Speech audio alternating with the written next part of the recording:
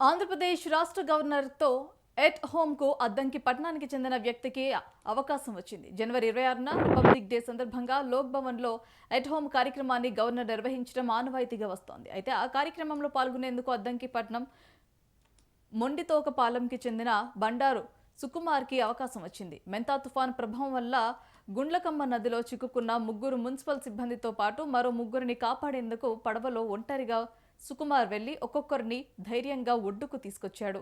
అతని సాహసాన్ని గుర్తించిన విద్యుత్ శాఖ మంత్రి గొట్టిపాటి రవికుమార్, బాపట్ల జిల్లా కలెక్టర్ వినోద్ కుమార్, చీరాల డీఎస్పీ మోయిన్ ఆయనను ప్రత్యేకంగా అభినందించారు. గణతంత్ర దినోత్సవంలో భాగంగా ఆంధ్రప్రదేశ్ రాష్ట్ర గవర్నర్ అబ్దుల్ నజీర్ చేతుల మీదుగా అద్దంకికి చెందిన సుకుమార్ అవార్డు అందుకున్నారని తహసీల్దార్ శ్రీ చరణ్ తెలిపారు. మీకేదో మీ పని మీరు కానీ ఆడ మధ్యలో వైర్లోని అది చూసుకొని పోండి.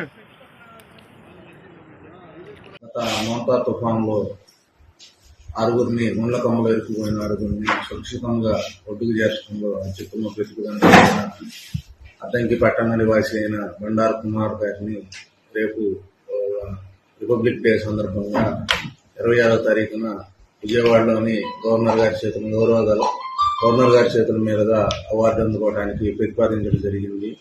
దానికి వాటి ఆమోదం కూడా తెలియజేయడం జరిగింది. రేపు జనవరి 26న రిపబ్లిక్ డే సందర్భంగా గవర్నర్ గారి చేత అద్దంకి పట్టణానికి చెందిన బండారు కుమార్ గారు అవార్డు పొందడం హోమ్ నందు చాలా సంతోషంగా ఉంది. కాబట్టి ఇది మన అద్దంకి పట్టణం, అద్దంకి మండలానికి చెందిన విజయంగా గౌరవ మంత్రి గారి యొక్క ఆశీర్వాదంతో ఈ అవార్డు రావడం జరిగింది.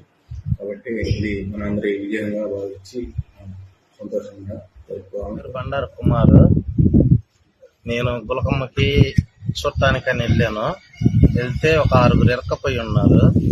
6 ఇరక్కపోతే చూడలేక వెళ్ళి 6 నా పడవ మీద తేపకొక్కల్ని తీసుకురావడం జరిగింది. దానికోసం గవర్నర్ గారు అవార్డు చెప్పారంట. మేడం గారు ఫోన్ చేశారు. నాకు అది ఎంతో ఆనందంగా సంతోషంగా